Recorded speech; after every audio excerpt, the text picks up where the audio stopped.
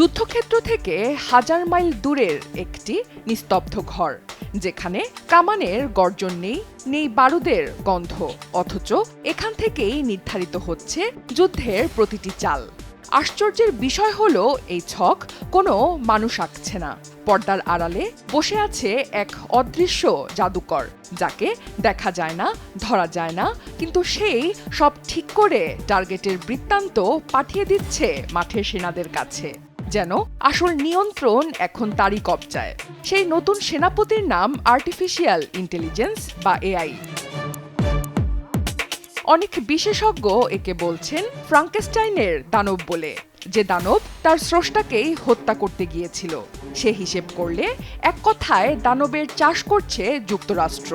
অ্যানথ্রোপিকের clod AI, যেটি কিনা America ব্যবহার করেছিল ভেনেজুয়েলার প্রেসিডেন্ট নিকোলাস মাদুরোকে অপহরণের অভিযানে টার্গেট সেট করতে।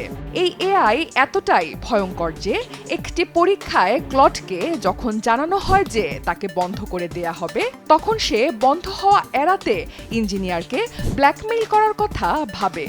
এমনকি নিজেকে চালু রাখতে একজন ইঞ্জিনিয়ারকে হত্যা করার সম্ভাবনাও সে যুক্তি দিয়ে বিবেচনা করেছিল। এআই বা আর্টিফিশিয়াল ইন্টেলিজেন্সের বাংলা অর্থ কৃত্রিম বুদ্ধিমত্তা। এটি এমন একটি প্রযুক্তি যেখানে কম্পিউটার বা মেশিনকে মানুষের মতো কিছু বুদ্ধিবৃত্তিক ক্ষমতা দেয়া হয়। সাধারণত যুদ্ধক্ষেত্রে একজন মানুষের পক্ষে হাজার হাজার স্যাটেলাইট ইমেজ বা ড্রোন ফুটেজ একই সময়ে বিশ্লেষণ করা অসম্ভব, কিন্তু এআই ঠিক এই কাজটি করে ফেলতে পারে মাত্র কয়েক সেকেন্ডে। এটি শুধু ছবি চেনে শত্রুর দুর্বলতা। এটি শুধু তথ্য দেয় না, দেয় ভবিষ্যৎবাণী। আর এই অবিশ্বাস্য ক্ষিপ্রতাই একে পরিণত করেছে আধুনিক যুদ্ধের সবচেয়ে শক্তিশালী মরণাস্ত্রে। কৃত্রিম বুদ্ধিমত্তার আদি প্রয়োগ দ্বিতীয় বিশ্বযুদ্ধে বলে জানা গেলেও এই মুহূর্তে যুদ্ধক্ষেত্রে এআই এর ব্যবহার ভীতিকর বৈকি। যুদ্ধ পরিকল্পনা, নজরদারি, গোয়েন্দা তথ্য সংগ্রহ, লক্ষ্য নির্ধারণ এবং স্বয়ংক্রিয় আক্রমণ সবই করছে এআই। মাত্র কয়েক সেকেন্ডে বিশাল তথ্য বিশ্লেষণ করে যুদ্ধের রণকৌশল তৈরি করছে সে। লাখ লাখ স্যাটেলাইট ছবি, ড্রোন ফুটেজ বিশ্লেষণ করে চিনে ফেলছে শত্রুর অস্ত্রাগার, ট্যাঙ্ক, মিসাইল লঞ্চার, এমনকি সৈন্য সমাবেশ। শুধু তাই নয়, হামলার লক্ষ্যবস্তুও নির্ধারণ করে দিচ্ছে এআই। ঠিক করে দিচ্ছে কোথায় আঘাত হানলে শত্রু সহজেই পরাস্ত হবে। এমনকি লক্ষ্য নির্ধারণের পর এআই স্বয়ংক্রিয়ভাবে নিজেই আক্রমণের সিদ্ধান্ত নিচ্ছে। এআই নিয়ে সবচেয়ে ভয়ঙ্কর কাণ্ড করেছে মার্কিন যুক্তরাষ্ট্র। তাদের আছে প্রজেক্ট মেভেন, যা এআই দিয়ে ভিডিও ফুটেজ বিশ্লেষণ করে। আছে প্যালান্টির গোথামের মতো শক্তিশালী সিস্টেম, যা মুহূর্তেই কোটি কোটি তথ্য বিশ্লেষণ করে নির্ভুল হামলা নিশ্চিত করছে। এটি যুক্তরাষ্ট্র ও ইউক্রেন উভয়ই ব্যবহার করছে। একই সঙ্গে মার্কিন যুক্তরাষ্ট্র এখন ওপেন এআই ও অ্যানথ্রোপিকের ক্লড এআই ব্যবহার করছে। এবছরের শুরুতে ৩ জানুয়ারি মার্কিন সামরিক বাহিনী ভেনেজুয়েলার প্রেসিডেন্ট নিকোলাস মাদুরোকে তুলে নিয়ে যায়। এই গোপন অভিযানে ক্লড এআই ব্যবহার করে রণকৌশল সাজানোর দাবি ওঠে। মার্কিন প্রতিরক্ষা মন্ত্রী পিট হেগসেথ নিজে বলেছিলেন এটি তারা ব্যবহার করবেন না, কিন্তু ঠিকই সেই অভিযানের পর রহস্যময় এক অস্ত্রের ব্যবহারের কথা স্বীকার করেন মার্কিন প্রেসিডেন্ট ডোনাল্ড ট্রাম্প। অনেকে বলছেন এটি সেই ক্লড এআই।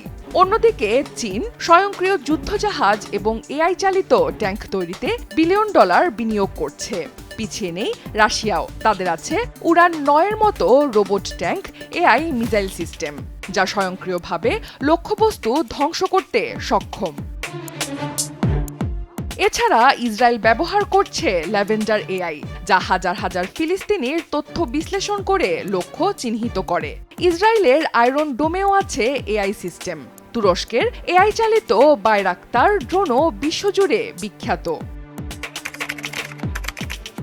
প্রথম বিশ্বযুদ্ধের শুরুতে ফ্রান্সে আক্রমণের জন্য জার্মানির স্লিফেন প্ল্যান তৈরিতে প্রায় ৯ বছর সময় লেগেছিল। এমনকি দ্বিতীয় বিশ্বযুদ্ধের অপারেশন বারবাসোর ছক কষতে নাজিদের লেগেছিল 1 বছরের বেশি। কিন্তু বর্তমান বাস্তবতা সম্পূর্ণ ভিন্ন। এআই এখন রণকৌশল তৈরির দীর্ঘ অপেক্ষার অবসান ঘটিয়েছে। ইসরায়েলের গাজা আগ্রাসনে আলোচিত ল্যাভেন্ডার সিস্টেমের কথা ধরা যাক। এটি হাজার হাজার মানুষের ডেটা বিশ্লেষণ করে সম্ভাব্য লক্ষ্যবস্তু চিহ্নিত করে দিচ্ছে।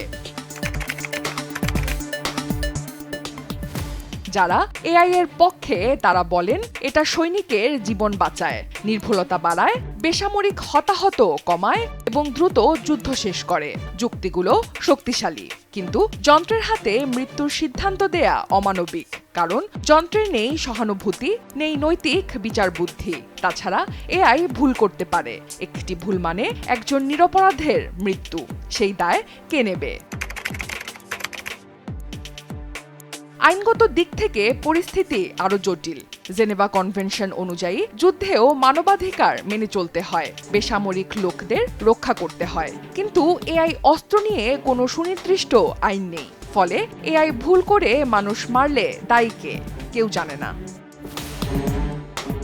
সাম্প্রতিক সময়ে যুদ্ধের রণকৌশল তৈরিতে অ্যানথ্রোপিকের ক্লড এআই ব্যবহারের বিষয়টি আলোচনায় আসে। অথচ ক্লডের শর্তাবলীতে সহিংসতা, অস্ত্র তৈরি ও নজরদারিতে এর ব্যবহার সম্পূর্ণ নিষিদ্ধ, যা মানা হচ্ছে না। অন্যদিকে ওপেন এআই তাদের নীতিমালায় সামরিক কাজে এআই ব্যবহার সম্পূর্ণ নিষিদ্ধ রেখেছিল। কিন্তু 2024 সালের জানুয়ারিতে তারা নীরবে নীতিমালা থেকে মিলিটারি অ্যান্ড ওয়ারফেয়ার নিষেধাজ্ঞা সরিয়ে দেয়। এখন সামরিক প্রশাসন, কোডিং ও লজিস্টিকে চ্যাটজিপিটি ব্যবহারে আর কোনো বাধা নেই। তবে যুদ্ধে বা যে কোনো হামলা চালাতে প্রায়শই ভুল সিদ্ধান্ত নিচ্ছে এআই। যেমন গাজায় ইসরায়েলের ব্যবহৃত এআই সিস্টেম ল্যাভেন্ডার মাত্র 20 সেকেন্ডে হামলার লক্ষ্য নির্ধারণ করত। প্রতিটি হামাস সদস্যকে হত্যা করতে গিয়ে সিস্টেমটি আশেপাশের 15 থেকে 20 জন বেসামরিক নাগরিকেরও প্রাণ নিত। ইসরায়েলি সেনাবাহিনী আগে থেকেই এটিকে গ্রহণযোগ্য ক্ষতি হিসেবে অনুমোদন দিয়ে রেখেছিল। অন্যদিকে মার্কিন সামরিক বাহিনী 2023 সালের মে মাসে সিরিয়ায় একটি ড্রোন হামলায় আল কায়দার শীর্ষ নেতাকে হত্যার দাবি করে। পরে পেন্টাগন স্বীকার করে নিহত ব্যক্তি আসলে একজন নিরীহ কৃষক। তবে সবচেয়ে ভয়াবহ ঘটনাটি ঘটে 2026 সালের 28 ফেব্রুয়ারি। যুক্তরাষ্ট্র ও ইসরায়েলের যৌথ ইরান অভিযানে প্রজেক্ট মাভেন এআই ব্যবহার করে ইরানের মিনাব শহরে একটি প্রাথমিক বিদ্যালয়ে মিসাইল হামলা চালানো হয়। এতে কমপক্ষে 175 জন নিহত হন, যাদের বেশিরভাগই শিশু। পরে তদন্তে জানা যায় পুরনো গোয়েন্দা তথ্যের ভিত্তিতে স্কুলে হামলা করা হয়েছিল। এতে প্রমাণ হয় যুদ্ধক্ষেত্রে এআই দ্রুত সিদ্ধান্ত নিলেও এর ভুলের মাসুল দিচ্ছে নিরীহ মানুষ। যুদ্ধে এআই এর ব্যবহার একদিকে যেমন নির্ভুলতা বাড়াচ্ছে, অন্যদিকে তৈরি করছে চরম ভয়াবহতা। এআই পরমাণু বোমার চেয়েও বিপজ্জনক হতে পারে, কারণ এটি হাজারো অস্ত্র একসাথে নিয়ন্ত্রণ করে মিলিসেকেন্ডের মধ্যে আক্রমণ চালাতে সক্ষম। এতে মানুষের পক্ষে প্রতিক্রিয়া দেখানোর সময় থাকে না। ভয়ঙ্কর বিষয় হলো এআই সিস্টেম হ্যাক হলে বা ভুল তথ্যে কাজ করলে মুহূর্তে গণহত্যা ঘটতে পারে। এমনকি এই প্রযুক্তি সন্ত্রাসীদের হাতে যাওয়ার ঝুঁকিও রয়েছে। বিশেষজ্ঞরা আশঙ্কা করছেন এর ফলে একটি নিয়ন্ত্রণহীন অস্ত্র প্রতিযোগিতা শুরু হবে, যেখানে যন্ত্র অনুভূতিহীনভাবে ধ্বংসলীলা চালাবে। ভবিষ্যতের পৃথিবীতে হয়তো প্রতিটি মানুষের জীবন মৃত্যুর সিদ্ধান্ত নেবে অ্যালগোরিদম। বিখ্যাত পদার্থবিজ্ঞানী স্টিফেন হকিং বলেছিলেন, এআই তৈরিতে সাফল্য হবে মানব ইতিহাসের সবচেয়ে বড় ঘটনা। কিন্তু দুর্ভাগ্যবশত এটি হতে পারে সবশেষ ঘটনা, যদি আমরা ঝুঁকিগুলো এড়াতে না শিখি।